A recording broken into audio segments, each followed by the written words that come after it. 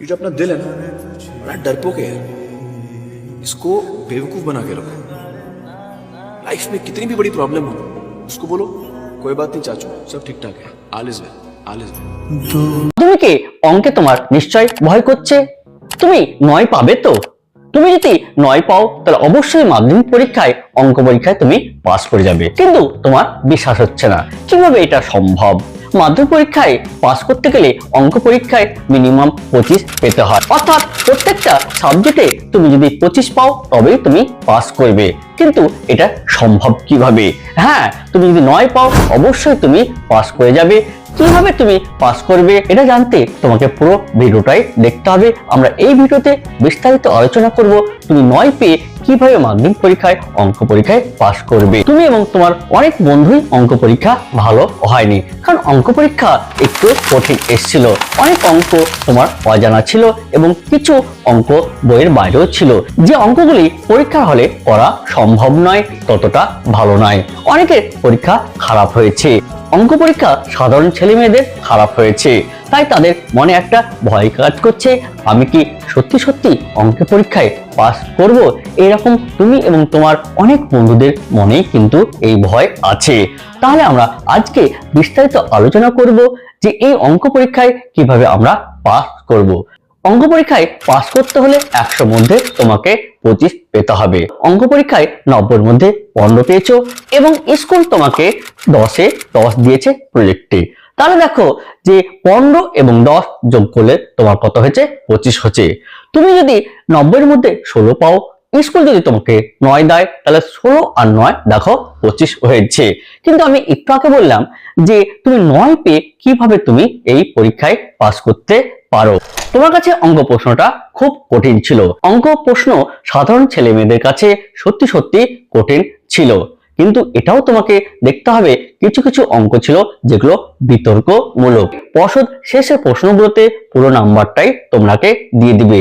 তুমি অঙ্ক পরীক্ষায় 6 মার্কের গ্রেস পেতে পারো। কোন কোন প্রশ্নে তুমি গ্রেস মার্ক পেতে পারো সেটা নিয়েও কিন্তু আমরা এই ভিডিওতে আলোচনা করব। ধরো তুমি অঙ্ক পরীক্ষায় 9 পেয়েছো আর বোর্ড থেকে তোমাকে 6 মার্কের গ্রেস দিবে, তাহলে 9 আর 6 কত হলো? 15। স্কুল থেকে যদি তোমাকে প্রজেক্টে 10 দেয়, তাহলে দেখো 9 আর 6 15, আর স্কুলে যে 10 মার্ক প্রজেক্টে দেওয়া আছে এটা টোটাল করলে দেখো তোমার 25 হয়ে যাচ্ছে। তাহলে দেখো তুমি অঙ্ক পরীক্ষায় পাস করে যাচ্ছ। তাহলে অহেতুক তোমার টেনশন নিয়ে লাভ নাই। তুমি নিশ্চয়ই এতদিনে জেনে গেছো যে কোন কোন প্রশ্নগুলোতে তুমি গ্রেস মার্ক পেতে পারো। অঙ্ক প্রশ্ন যে 1-এর 2 নম্বর যে এমসিকিউ কোশ্চেনটা ছিল সেটা কিন্তু একটা বিতর্কমূলক কোশ্চেন ছিল, তাহলে সেখানে তুমি একটা গ্রেস মার্ক পেতে পারো। তারপর দেখো যে 4-এর অর্থাৎ 2 মার্কের 4-এর দেখো তোমার যে সেক থিটার যে অঙ্কটা ছিল, অর্থাৎ 4-এর 5 নাম্বার যে অঙ্কটা ছিল সেখানে তুমি গ্রেস মার্ক পেতে পারো। এছাড়া দেখো ত্রিকোণমিতি অর্থাৎ 12-র যে 3 নম্বর যে অঙ্কটা ছিল যে এ ও বি যদি পরস্পর প্রকোণ হলে প্রমাণ করো যে sin a plus cos b the whole square equal 1 plus 2 sin a sin b, এই অঙ্কটাও কিন্তু ভুল ছিল, অর্থাৎ এখানেও তুমি গ্রেস মার্ক পেতে পারো। তাহলে দেখো এমসিকিউ তো 1।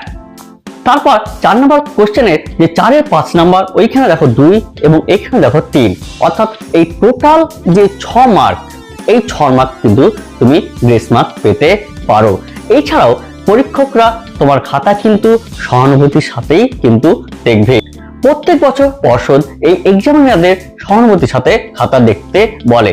তুমি যদি অঙ্ক পরীক্ষায় 12 বা 13 পেয়ে যাও, তাহলে দেখবে তোমাকে 2 বা 3 মার্ক তোমাকে গ্রেস মার্ক দিয়ে তোমাকে পাস করিয়ে দিবে। এই যে প্রশ্নগুলো ভুল হয়েছে সেখানে তুমি তো অবশ্যই তুমি নাম্বার পাবা। তুমি নিশ্চয় জানো মাধ্যমিকে স্টেপ ওয়াইজ নাম্বার দেওয়া হয়।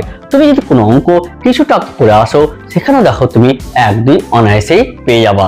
তাহলে এই করতে করতে দেখো তুমি অবশ্যই তুমি পাস মার্ক কিন্তু হয়ে যাচ্ছে। তুমি যদি সাদা খাতা জমা দাও সেক্ষেত্রে পরীক্ষকের আর কিছু করা থাকে না, সেখানে এক্সামিনার তোমার হয়ে কিন্তু খাতায় লিখে দিবে না যে তোমাকে পাস করে দিবে। তোমাকে পরীক্ষায় অন্তত কিছুটা লিখে আসতে হবে এবং সঠিকভাবে সেগুলো লিখে আসতে হবে। তাহলে তুমি দেখবে যে তুমি অনায়াসে এই অঙ্ক পরীক্ষায় তুমি পাস করে গেছো। অঙ্ক পরীক্ষা নিয়ে ম্যাক্সিমাম ছেলে মেয়েদের এই ভয়টা কাজ করছে। তারা ভৌত বিজ্ঞানও ছেলে মেয়েদের মধ্যে একটা ভয় কাজ করছে। সেখানেও তারা জিজ্ঞাসা করছে যে এই ভৌত বিজ্ঞান পরীক্ষা আমি পাস করব কিনা।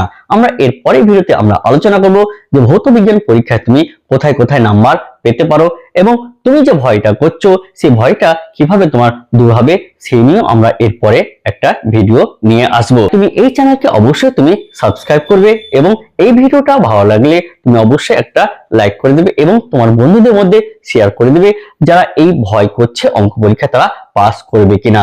তাদেরকে বলে দাও যে মিনিমাম যদি তুমি 9 পাও তাহলে তখন তোমার যে ভুল প্রশ্নগুলো আছে সেইখানে সেই নাম্বারগুলো অ্যাড করলে তুমি অনায়াসে পাস করে যাবা। এছাড়া তুমি যদি অঙ্ক পরীক্ষায় 11 বা 12 পাও তাহলে তোমাকে পরীক্ষক কিছু গ্রেস মার্ক দিয়ে অথবা তুমি যদি কোনো অঙ্ক করে আসো তাহলে সেইখানে তোমাকে স্টেপ ওয়াইজ নাম্বার দিয়েও তোমাকে পাস করিয়ে দিবে। তাই তুমি অহেতুক তুমি টেনশন করো না, তুমি অনায়াসে অঙ্ক পরীক্ষায় পাস করে যাবে।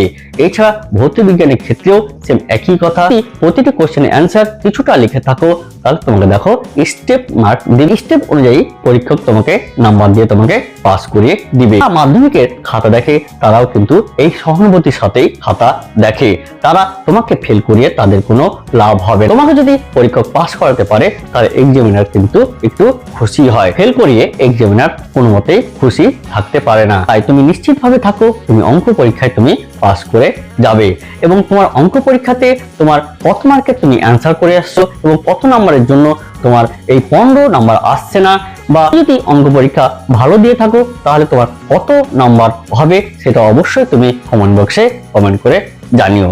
তাই আজকের ভিডিওটা এই পর্যন্ত। এর পরের ভিডিওতে তোমার কোনো কোশ্চেন থাকলে তো সেগুলো নিয়ে অবশ্যই আমরা একটা ভিডিও করব। ভৌত বিজ্ঞান পরীক্ষা ভালো দাওনি, এই ভৌত বিজ্ঞান পরীক্ষা নিয়ে টেনশনে আছো, যে সকল ছাত্রছাত্রী ভৌত বিজ্ঞান পরীক্ষা ভালো দেয়নি, ভৌত বিজ্ঞানে পাস করবে কিনা এই দুশ্চিন্তায় তারা আছে, তাদের জন্য আমরা একটা ভিডিও নিয়ে আসব। দেখবে তোমরা অনায়াসেই ভৌত বিজ্ঞান পরীক্ষায় তোমরা পাস করে যাবে। তাই আজকের ভিডিওটা এই পর্যন্ত। এর পরের ভিডিওতে আবার তোমাদের সাথে দেখা হবে। ধন্যবাদ। ये जो अपना दिल है ना, बड़ा डरपोक है यार, इसको बेवकूफ बना के रखो। लाइफ में कितनी भी बड़ी प्रॉब्लम हो उसको बोलो कोई बात नहीं चाचू, सब ठीक ठाक है, all is well, all is well. 2 कदम का ये सफर है, उम्र छोटी सी डगर है, एक कदम में लड़खड़ाया क्यों